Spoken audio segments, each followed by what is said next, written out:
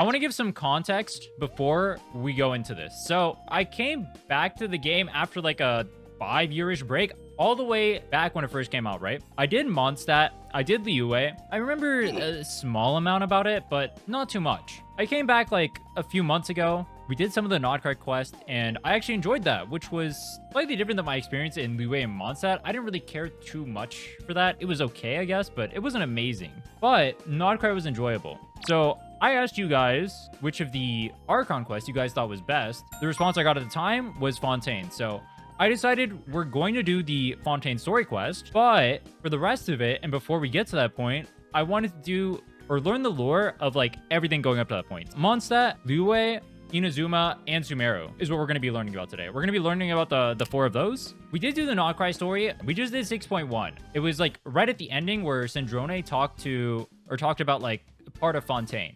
That was the last part I remember. I followed the story pretty well, I think, so far. There was like some parts I didn't understand because I hadn't played the other stories, right? Like when they get into like the details about like the sinners, for example, like I had no idea what was going on. When they're talking about the Notcry characters, I was able to follow it and understand it completely. So we're going to be watching a recap. You guys said Min's Life is a good source, so we're going to be watching their recap up to Sumeru, which is right here. Yeah, okay. I'm going to be asking like questions periodically as well. I'll see like what parts I remember, especially like Mondstadt of the Liyue, because I did technically do those. For Sumeru, Sumeru and Inazuma, I might know stuff from like seeing stuff on like Twitter or whatever, but we'll see. This video will be a quick recap of the entire story of Genshin Impact before the release of version 5.0. I'll be uploading summaries of the Natlan Archon quests as they release, but for now, if you needed a quick refresher on what's happened so far, then here it is. The story starts with our favorite little extraterrestrials, Traveler and their sibling, who descended to the strange land of Teyvat in the form of a falling star. As they try to leave this world, they are stopped and separated by an entity that calls herself the Sustainer of Heavenly Principles. Wait. I never told you guys. At the start of this game, I rerolled 94 times. 94 times for me to get my account that had Venti and C1 Jean on it. I was trying to get Venti, Diluc, and Jean. I've seen this thing 94 times. I literally have 94 accounts. After being separated for an undetermined number of years, Traveler is now in Mondstadt with a floating fairy called Paimon who acts as their travel guide and teaches them all they need to know about the world of Teyvat. The 7 nations of Teyvat are all ruled by the 7 Archons, gods chosen by a divine hierarchy known as Celestia to rule over the lands and the... Wait, 1, 2, 3, 4, 5, 6. Who's the 7th Archon? Columbina's not an Archon, right? Who's the 7th Archon? Saritza. Have we seen Saritza in the story yet? The first of the 7 nations is Mondstadt, which worships the animal Archon Barbados. As a city of freedom, the Archon Barbados has taken a more hands-off approach in ruling. So although the city has an entire church and religion that actively worships him, Barbados is relatively absent. The Knights of Favonius functions as Mondstadt's leading authority, with Jean as the acting Grand Master, while Grandmaster Varka is away on an undisclosed expedition. I said we did Notcry. We actually met Varka recently. That's my go, bro. I'm pulling for him the second he comes out. Mondstadt's major crisis is that a dragon named Storm Terror has unleashed violent windstorms threatening to destroy the city. Storm Terror's real name is Dvalin, and contrary to current belief, Dvalin was actually a good dragon, who's even one of the 4 legendary protectors of Mondstadt. Yeah, I remember that, because Venti's whole thing was that he wanted to purify Dvalin because it was like corrupted, right? Isn't that like the entire quest? And like when you go like slay Dvalin or whatever, and then like the sky like frees up and it's all like open and stuff, and you're like riding Dvalin. I think that's what I remember. But also, it's been 5 years since I touched this. So what turned him evil? 500 years ago, Teyvat faced a worldwide crisis known as the Cataclysm. The nation of Conria fell, and abyssal creatures ran rampant. Conria's that's the place we just visited with during the Nefer storyline, right? With Revere. Yeah, it was Revere. Everything in sight. A wicked dragon named Durin attacked Mondstadt, prompting the animal Archon Barbados and the dragon Dvalin to fight back. Durin is successfully killed by Dvalin's fatal bite to his throat, but Dvalin inadvertently swallows Durin's poisonous blood. After the battle, Dvalin hibernates and returns to Mondstadt centuries later. Now subject to the call of the abyss, Dvalin seeks revenge on Mondstadt. The only way to stop him is to purify the abyssal corruption in his blood. Conveniently, a mysterious bard named Venti seems to know how to do it. After stealing the legendary Lyre de Hermel, a tool belonging to the Anemo Archon, the group heads to Star Snatch Cliff to summon and purify Dvalin. Wait, if we use the lyre to purify Dvalin and it was falling to like the Call of the Abyss, how come we can't use the lyre to like purify Rhinne? Is there a reason for that? We broke it. To destroy the 7 nations out of revenge for the fall of Conria, the kingdom that fell during the Cataclysm 500 years ago. Traveler and the group go to Stormterror's lair and manage to free Dvalin from his abyssal corruption and from the Abyss Order. All's well that ends well, or so it seems, until a Fatui harbinger named La Senora. I wonder if she's gonna show it. I remember when she first came, the first scene you see of her is she just kicks Venti brutally in the stomach. Oh my god, that was funny. Steals a gnosis from What are they gonna? Oh, they're Venti showing is it. actually the Archon Not Barbados rewatched. in disguise, and this gnosis Not is a rewatched. device used by the Archons to tap into the powers of Celestia. To briefly recap Mondstadt's story, the situation with Dvalin has been resolved. The windstorms have disappeared, and Dvalin is no longer Yep, a vengeful this is the part I dragon. remember. Mondstadt is more or less the same as it was prior to Dvalin's rampage. The Anemo Archon is still relatively absent, allowing the people of Mondstadt to live in freedom, and things appear to be peaceful so far. The Fatui have 1 out of 7 gnosis. Okay, so we helped out Mondstadt, so surely we'll have some information on where we can find our sibling, right? You know, the Copium. sibling we lost in the beginning. Didn't we wait like how long was it until you actually got lore for the sibling? Wasn't it like super long? I thought that was like a big meme in the community. The story, the reason we're on this journey in the first place. A weekend Venti unfortunately has Copium. no clue where the sibling is, but encourages Traveler and Paimon to visit Liyue, the nation led by the Geo Archon. Once every year, the Geo Archon descends during the Rite of Descension, a ceremony where the Geo Archon himself descends in his dragon form to give his predictions on the business trends that will shape the UA's economy for the year. So surely, if we catch a Geo Archon, he'll have some information on our sibling, right?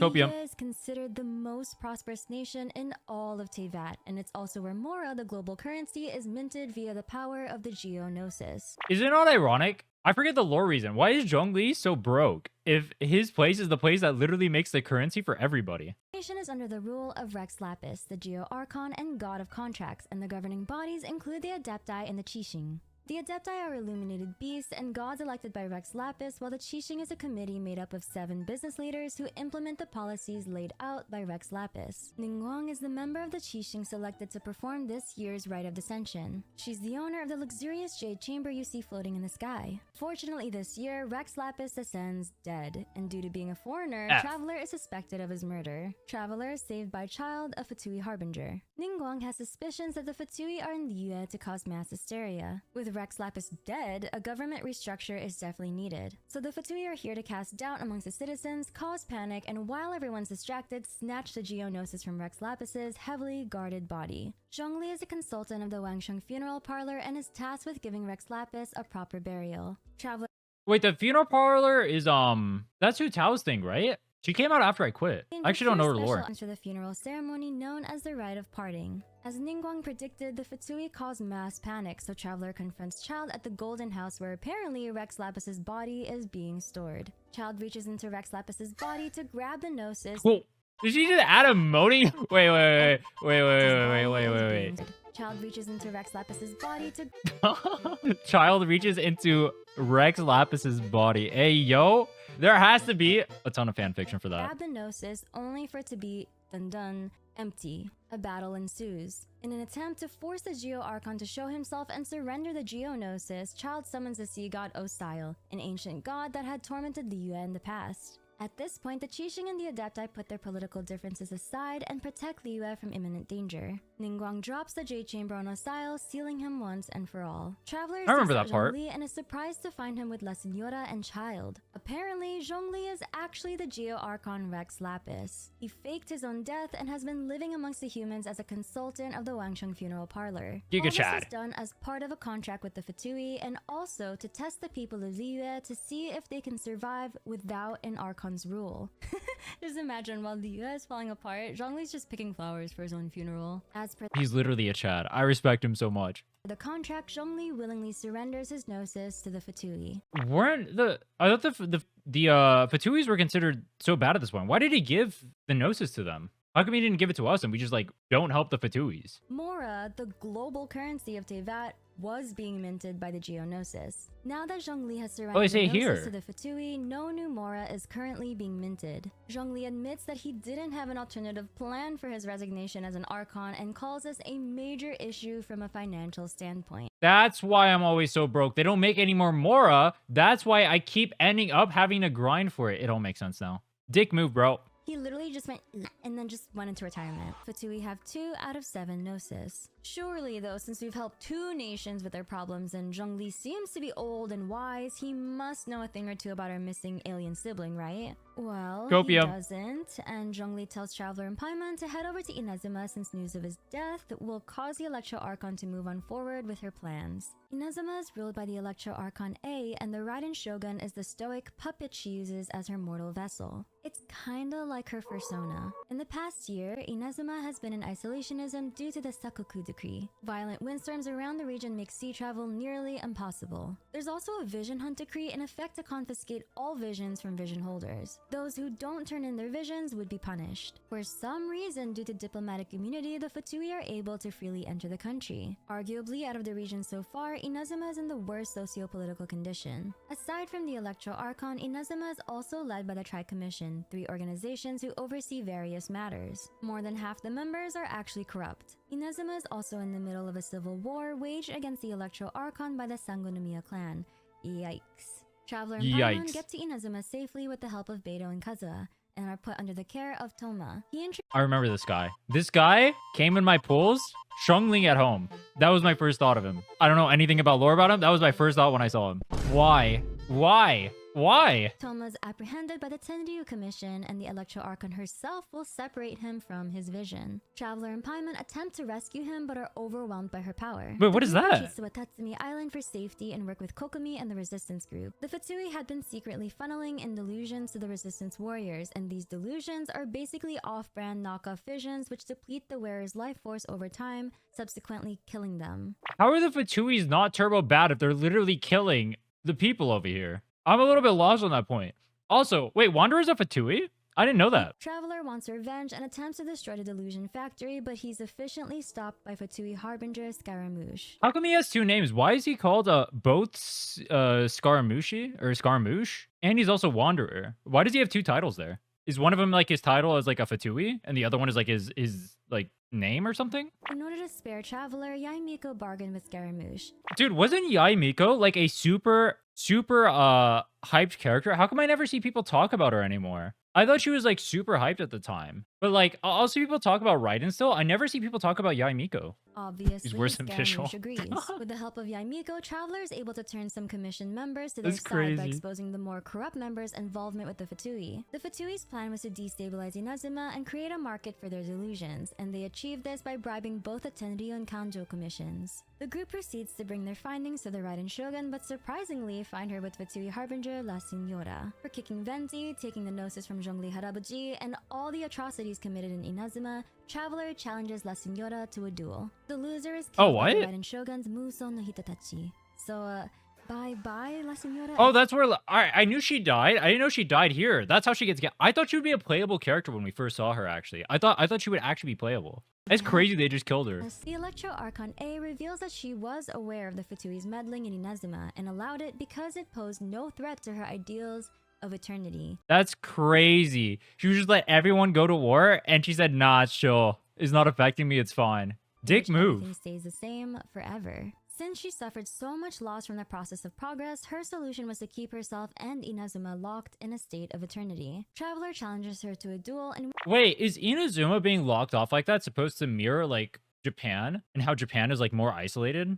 Or at least they were. I mean, they still kind of are. This is a Japanese region, right? Is it supposed to mirror that? with Yaimiko's persuasion, the Electro Archon A surrenders. Wait, A and Ball and Raiden Shogun are all the same person, right? Why does she have 3 names? I'm confused by that one too. Why does everyone have so many titles? All the Fatui names are from the Commedia dell'arte, but they all have their own names as well. Gotcha. Raiden Shogun is a puppet. Her sister name is Ball. Wait, did they bring up Ball in here then? Did I see anything about Ball in here? I didn't remember seeing anything about Ball. She skipped through so much details. I'm feeling like I'm understanding, I think, a good amount. I mean, I guess it is a recap. So like there's going to be like small details like that I mean, that's not a small detail, but like details missing. I mean, that Into happens a in a recap, duel. obviously. The losers, the Fatui, have 3 out of 7 gnosis. Yaimiko encourages Traveler and Paimon to go to Sumeru, and this is where the Inazuma Archon quests end. Sumeru is the land of plants and knowledge, and it's led by the Dendro Archon Kusanali, the god of wisdom. Sumeru Academia is Teyvat's largest known We saw this place in the Nefer flashback. We went to like the academy or whatever, where like there was like the Akasha system, I think, which you guys said was the internet. Knowledge is managed as a resource through a device known as the Akasha system, which was invented by the previous Dendro Archon Teyvat. The people of Sumeru are connected to all the information in the Akasha system via the Akasha terminals. For some reason, the people of Sumeru don't have the ability to dream. The political state of Sumeru is kinda sad. Sages of the Academia reject Kusanali as their Archon in favor of the former Teyvat. As a result, Kusanali lives in seclusion and has very little control over the affairs of Sumeru. Sumeru is affected by the Withering, corruption that happened after a ruler named King Deshret introduced forbidden knowledge to his people. Forbidden knowledge is a type of wisdom that comes from outside of Teyvat. The Withering causes areas of the land to rapidly deteriorate and decay, and the effect on humans is a disease known as Elazar, whose symptoms include the hardening of one's skin until fatigue. Wait, isn't that the thing Kale is suffering from? I think. I don't know why I know that. Is that the same thing? Finally, the thing Tignari wanted to treat. Permanent immobility. Trying to see the Dendro Archon is going to be difficult, so they get the help of Dunyarzad and her guardian Dihya. Dunyarzad is a rare follower of Kusanali and has volunteered to organize this year's Sumeru's Festival, a celebration dedicated to Kusanali's birthday. The festival is later shut down by the Grand Sage of the Academia, and weird things start happening where everyone experiences the same day. Dude, Paimon's doing the thinking face. A girl named Nahida reveals herself to be the Dendro Archon Kusanali and exposes the mass dream harvest scheme. Everyone has been trapped in a samsara, a constant loop of the day of the samsara. Wait, is Sumeru based on isn't that's an Indian thing? Samsara. It's like a scar on like your soul, if I remember correctly. Dude, I don't remember my own Indian lore, bro. I think it's supposed to be like an internal scar that doesn't heal or something. I think that's what it is. Samsara. I thought they were like the cycle of death, life, and rebirth, suffering, symbolizing wandering existence driven by karma, which one seeks to escape through spiritual enlightenment. So it's kind of not quite what I said. It is kind of close. It's like suffering or whatever, right? It's like the whole cycle of like suffering and stuff like that. The mass dream harvest scheme was an experiment started by Fatui Harbinger Ildettore and a promise to provide the Academia with a new god, superior to Nahida. The vessel for this new god is fellow Harbinger Scaramouche, who has the Electronosis from Inazuma. Nahida and Traveler defeat the newly born god Scaramouche and remove the Electronosis powering his new form. I heard the Scaramouche boss fight was super sick. Maybe we'll go through just to play that thing. I heard the actual fight itself was really cool. Scaramouche is taken into Nahida's custody and recovers in a secret location in the meantime. Using both the Dendro and Electronosis, Nahida and Traveler access the this is the area Dendro for it, I Archon's think. final memory for her. Wait, who is that? Oh, wait, who is that? Playable when? Wisdom to help them fix Sumeru's entire situation. The previous Dendro Archon Teyvat had created Nahida as a branch it's a previous one. To serve as her next reincarnation. She's dead? Nah, bro. First ignore, now hurt? Nah. The Irminsul tree is a database for all information and memories of Teyvat. So whatever happened in the world and who existed in it will all be recorded in the Irminsul. Unfortunately, Teyvat is affected by the Withering, and in order to clear the corruption and save the Irminsul tree as well as Sumeru and potentially all of Teyvat, Nahida needs to remove all traces of Teyvat's corrupted existence and memories in the Irminsul. Oh, so she's essentially like deleting the memories, any of the memories of the previous Archon. So the old Archon is like gone forever. No one's gonna remember them. Do other people still remember Nahida then? Or it's only like the previous Archon that got deleted, right? She created Nahida as a clone that would replace her corrupted self. Oh, okay. In exchange, Nahida learns the truth of this world, which is the fact that the stars and skies of Teyvat are a lie. They mentioned this in the non-cry quest as well. I think one of the side quests I was doing too, when I was doing the was it non-cry or Natlan exploration? I forget. I think one of them references this as well. The Akasha system was shut down as a result of it no longer being powered by the Dendronosis, and as a result, the people of Sumeru can experience dreams again. Scaramouche tries to remove his prior existence from the Irminsul in Teyvat style, but comes back into existence as Wanderer. Oh, that's how he comes over here. Okay. So he tried to he literally tried to kill himself. He tried to self-delete himself. He tried to copy what Nahida did. He saw what Nahida did, said, I want to do that too, but then he gets reborn. Okay. Oh, that ties into the whole reincarnation thing. Okay. From like the samsara and whatnot. Okay. Fatui Harbingers have an empty Interesting. 6th spot that's been vacant for years, as Scaramouche technically never existed. The Fatui have 4 What? Wait, dude, you can't just wait. They just lore dropped that. Wait, what do you mean he never existed? What does that mean? You can't just lore drop that he never existed the whole time. You only managed to delete memories, but everything in history still happened. Ah, so that's why it became playable. Okay. What am I missing from this to hop into Fontaine? Or this is like is this like a good jumping off point to like head into Fontaine after that? Teyvat's chapter storyline preview. Or what is this? We had no time to say goodbye. What is this actually? Is this like the beginning of the lore coming into the actual before like everything starts in the world or something? The dragon who defended Mondstadt for a millennium finally faces his perturbation. Perturbation. What does Dude, freedom Luke. really mean when demanded of you by a god? I hope, dude, they've been adding SPs to their titles, like Star Rail and whatnot. I hope they added Diluc SP. I need this guy to pop off, bro. The god of contracts, senselessly slaughtered as his people watched on in horror. In the end, he will sign the contract to end all contracts. Oh. Yeah, they're talking about Zhongli's lore there. In the secluded land of the immortal Shogun, the Bakufu rules eternal. But what do mortals see of the eternity chased after by their god? The god of wisdom's enemy is wisdom itself, and the oasis of knowledge is a mirage in the desert of ignorance. In the city of scholars, there is a push for folly. What's Yet the god Sino? of wisdom makes no argument against it. Wait, they literally tell you every single region, like all the way back 5 years ago. Wait, are they gonna have they're gonna have like Natlan and everything explained already then? The god of justice lives for the spectacle of the courtroom, seeking to judge all other gods. But even she knows not to make an enemy of the divine. Huh.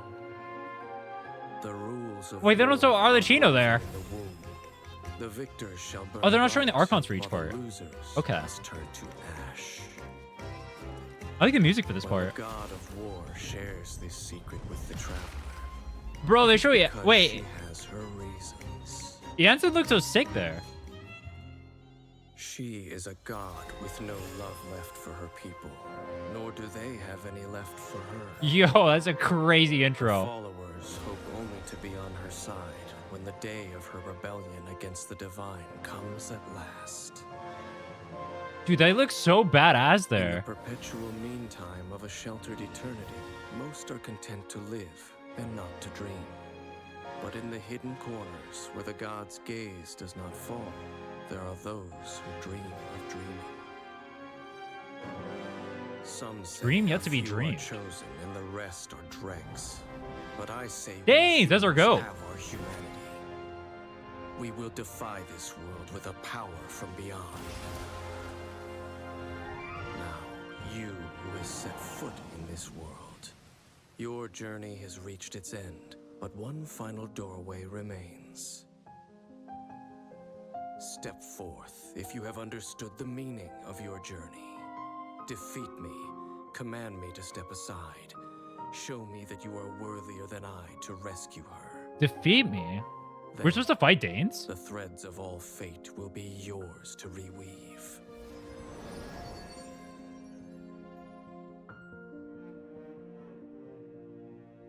I didn't know they pre-planned this whole thing from the beginning. I didn't even know they had this. I'd never seen this before. This thing has like 23 million views too. I've never seen this before. Wait, was Nodcry not supposed to be part of the Genshin story? I guess that's why there's no Archon there. So then why do they add Nodcry? Is it to be like a bridge going to like explain like whatever going into like the last region or whatever when they're doing like the ending of this like whole arc or whatever? Or what is this? Genshin Impact story teaser. We will be reunited. So this is after the last one? Outlanders do not belong in this world.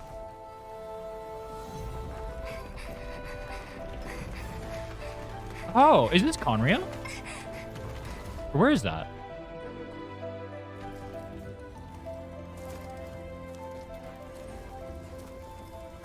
One day, this journey will reach its end.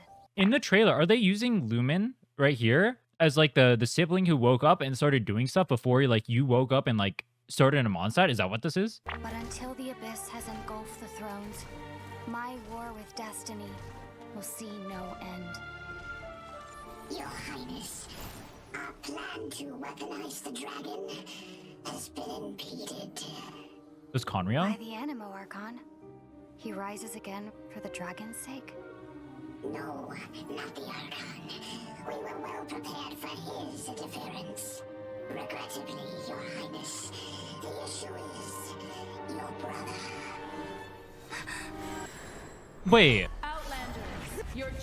I didn't know we knew about this stuff all the way back then. When I played, I mainly played for the combat, right? Like I would go do Spiral Abyss. That's what I had fun with, right? I rushed endgame. I had fun doing the combat. I did do Mondstadt. I did do the Liyue story. Obviously, you can't skip, so you're forced to. I didn't know stuff like this actually existed at the launch of the game. I didn't even know they had like a lore stuff like this that was like dropped. I assumed like this stuff came later. That's super interesting. All right, that gives me like a better context for the story. And then the recap was helpful too. Winter Night's Lazo. Is that a child? We don't want to make the children cry. It is. Dude, give him a skin like that. That would go so hard, no? Her loss shall not hinder our progress. Who is this? Is this the... No, they say Doterra right here. Who is this? Capitano? Oh, this is the guy you guys always mention. I haven't seen him in the lore yet. When does he pop up? Natlin? Conventional wisdom holds that divine knowledge cannot be rationally comprehended. That's Dottore? After conquering the divine gaze, I think. make his next move. It's time to end tonight's foolish theatrics. Right now, you have no captive audience. Let every worthy sacrifice be carved in ice. With this nation, endure for all time. In the name of Her Majesty the Tsaritsa, we will seize authority from the gods. Yo. We will seize authority from the gods. Giga Chad. Now you rest in this coffin, encased in the Wait, is that leather of the a Sarita's in dragon. here? Your final Oh no, it's resting Ignora. place will be the entirety of the old world.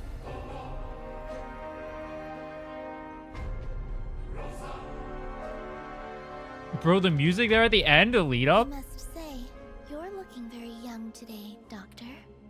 You know Is that very Columbina's well voice? that I do not take that as a compliment. So, where's the segment in the prime of his life then? No, that one's Columbina, I think. He's busy with a little experiment in blasphemy. Oh.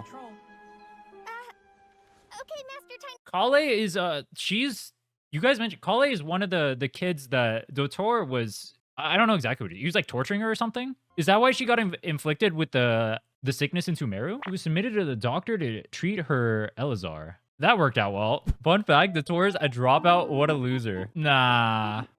Dude, he's like Einstein, all right? Wait, was it Einstein that dropped out? Bill Gates. Bill Gates is a dropout. The geniuses drop out, bro. It's so they can pursue their crazy path. So we did the lore summary up to Sumeru, and then we're going to start in Fontaine. I'm going to play through Fontaine. I heard Fontaine is the best story, and out of all the old characters, I think Rhinne is my favorite design. So I wanted to do that one personally as well. So hearing that it's a good story is also Pog.